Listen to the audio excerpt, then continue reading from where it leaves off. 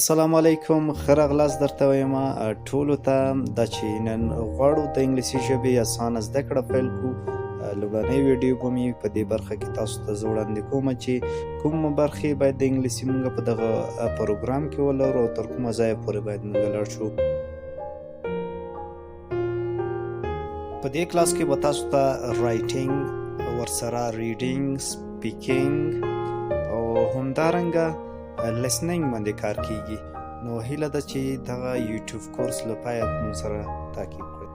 نو په دغه کلاسو کې به زیاتره د ګرامر بخش وي چې هغه کې پارت اف سپیچ دي، همدارنګه پریز دي، کلاس دي، ټنس به وي، اکټیو پاسیو به وي، ځینې ډایرکټ ان ډایرکټ سپیچ به وي، ایډیمز به وي، همدارنګه سپیچ ټو ټیکسټ به وي.